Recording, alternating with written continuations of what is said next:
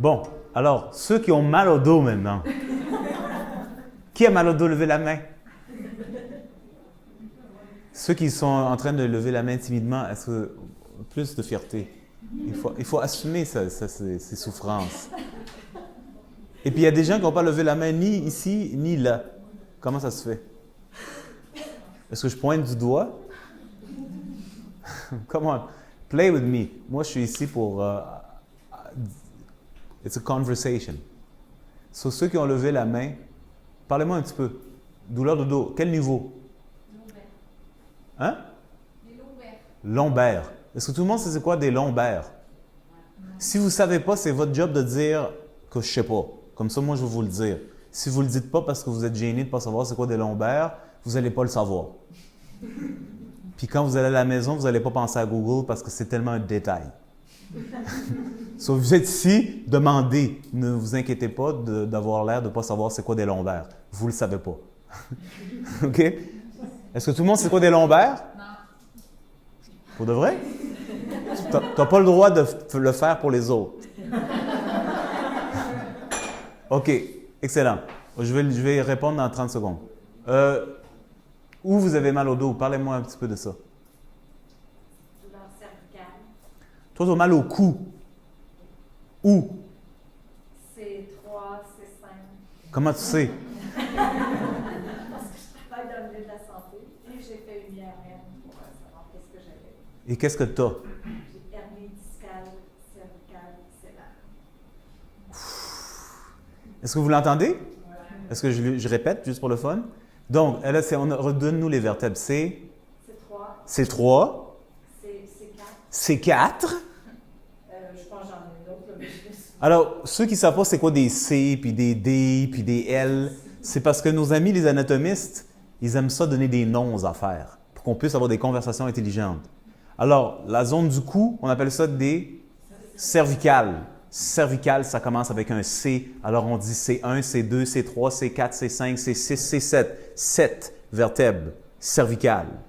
Puis là, on rentre dans la zone du dos, thoracique. Selon certains anatomistes, on appelle ça la zone dorsale, d'autres thoracique. Ne vous inquiétez pas, je ne veux pas parler de ça aujourd'hui. C'est mon moment où je me fous de la gueule. Donc, la zone thoracique, c'est, dépendamment, on peut appeler D1, 2, 3, 4, 5, 6, 7, 8, 9, 10, 11, 12. Et lombaire, c'est le bas du colonne. Hein? L5 et 100, moi. L5, S1. Oui. On y arrive. Donc, la zone lombaire, c'est en bas du dos. Qui a mal en bas du dos? Qui connaît quelqu'un qui a mal en bas du dos? Qui a des raideurs en bas du dos? OK.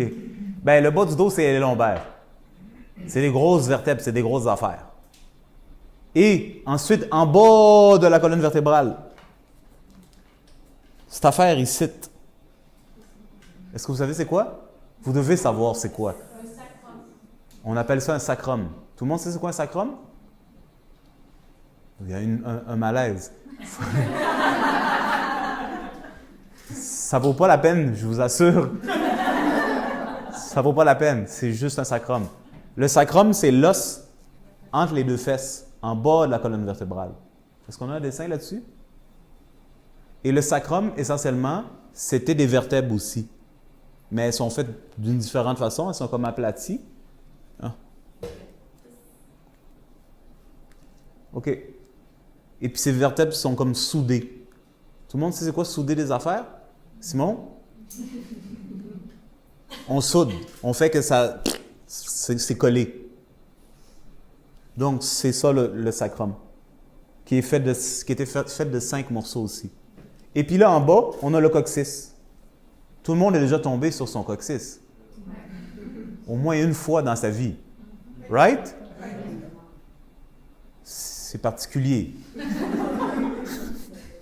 OK. Donc, ça, c'est le coccyx. C'est des petits morceaux d'os qui sont soudés, mais pas exactement comme ça. Ils sont un peu plus articulés, puis on peut peser dessus. Ce que je vous recommande de faire quand vous allez aller à la maison.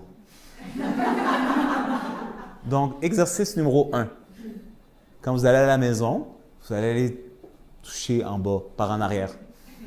Je parle principalement des femmes, hein, en passant, au cas où vous n'avez pas remarqué. Merci les gars d'être venus. C'est intéressant, le bas du bas de la colonne vertébrale, je vous assure. Donc, premier exercice, avec vos mains, c'est facile. Touchez la colonne vertébrale. Vous n'avez pas besoin de qu'est-ce que je fais, pourquoi est-ce que je fais, qu'est-ce que je faisais sentir, j'ai-tu besoin des instructions, as-tu besoin d'un audio, j'ai-tu besoin de prendre des cours online, j'ai-tu besoin d'aller sur YouTube pour savoir comment on touche la colonne vertébrale. C'est bien simple. Prétendez que la colonne vertébrale, c'est un bébé, puis allez le toucher. Sauf que le bébé, c'est votre colonne vertébrale, puis c'est vous qui touchez le bébé qui est votre colonne vertébrale. Right? Donc, quelque part, il y aura un peu de délicatesse. Un peu. Ça marche? Et là, vous pouvez, là, vous dites, oh, mais je ne peux pas toucher cette partie, bien, développer de la flexibilité. Mais vous pouvez toucher les parties que vous touchez. Et puis, le but du jeu, c'est facile. Qu'est-ce que je sens? Ça, c'est sensible. Ça, c'est bizarre. Ça, j'aime pas. Ça, c'est sympathique. Ici, quand je presse, ça fait du bien. Ça fait que d'autres choses réagissent. Ici, j'ai envie de garder mon doigt. 1 minute, 5 minutes. 10 minutes. Faites ce que vous voulez, c'est votre dos. Vous n'avez pas besoin de payer, vous n'avez pas besoin d'être inquiète, vous n'avez pas besoin de reçu d'assurance. C'est gratos. Puis il y a 2 côtés de la colonne vertébrale. Bien entendu, vous le savez. Gauche, droite. Super. Mais l'objectif de l'exercice, c'est pas ça, je l'ai extrapolé, c'est d'arriver au niveau du coccyx. Et j'espère avoir la chance de vous parler un petit peu plus de ça pour que vous catchiez pourquoi c'est important. Mais je vais arriver au bout du coccyx. Qu'est-ce qui arrive? C'est souvent le bout du coccyx, parce qu'on est tombé dessus, parce que, plein de raisons, il s'encastre. Comprenez le mot encastré? Donnez-moi un exemple d'encastrement. Pas besoin que ce soit le coccyx. Qu'est-ce qui peut être encastré? Vas-y, Tania. Un lit encastré, tu rentres dans le mur. Un lit encastré, qu'est-ce que ça veut dire, il est encastré? Ça veut dire qu'il est rentré.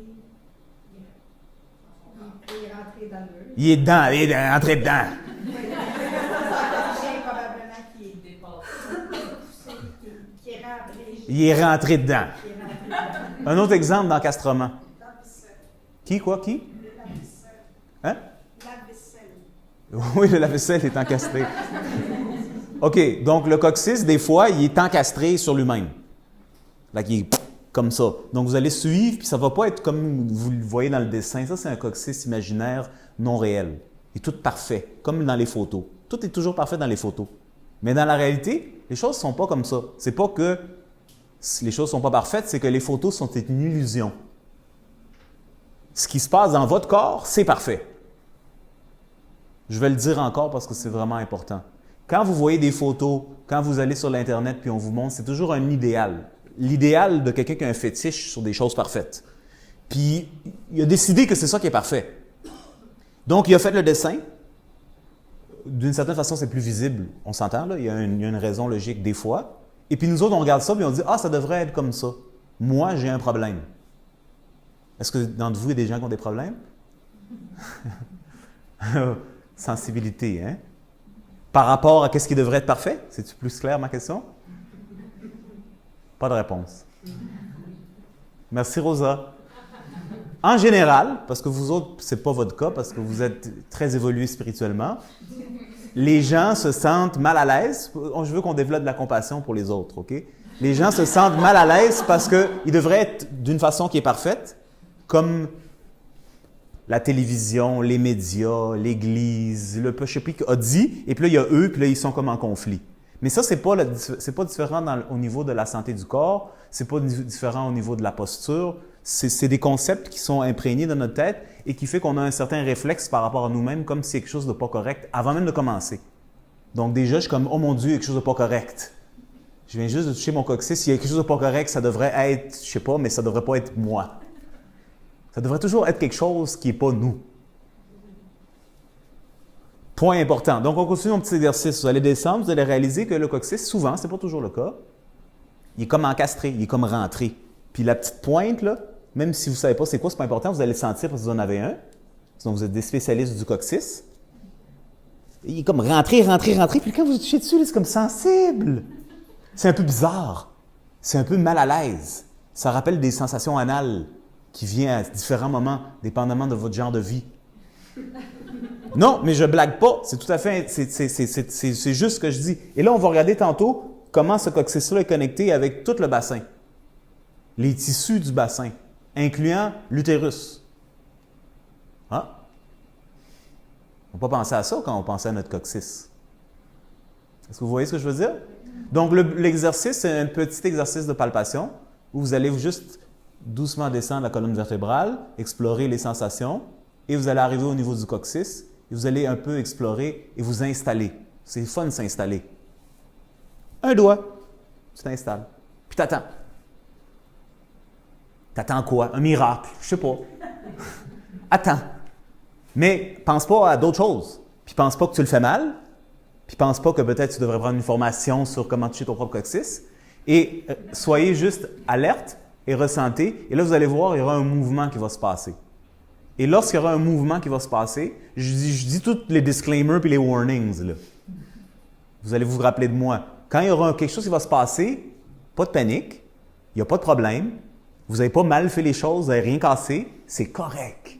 Il y a un mouvement. Un mouvement. Ça marche? Mouvement égale santé. Pas de mouvement égale pas de santé.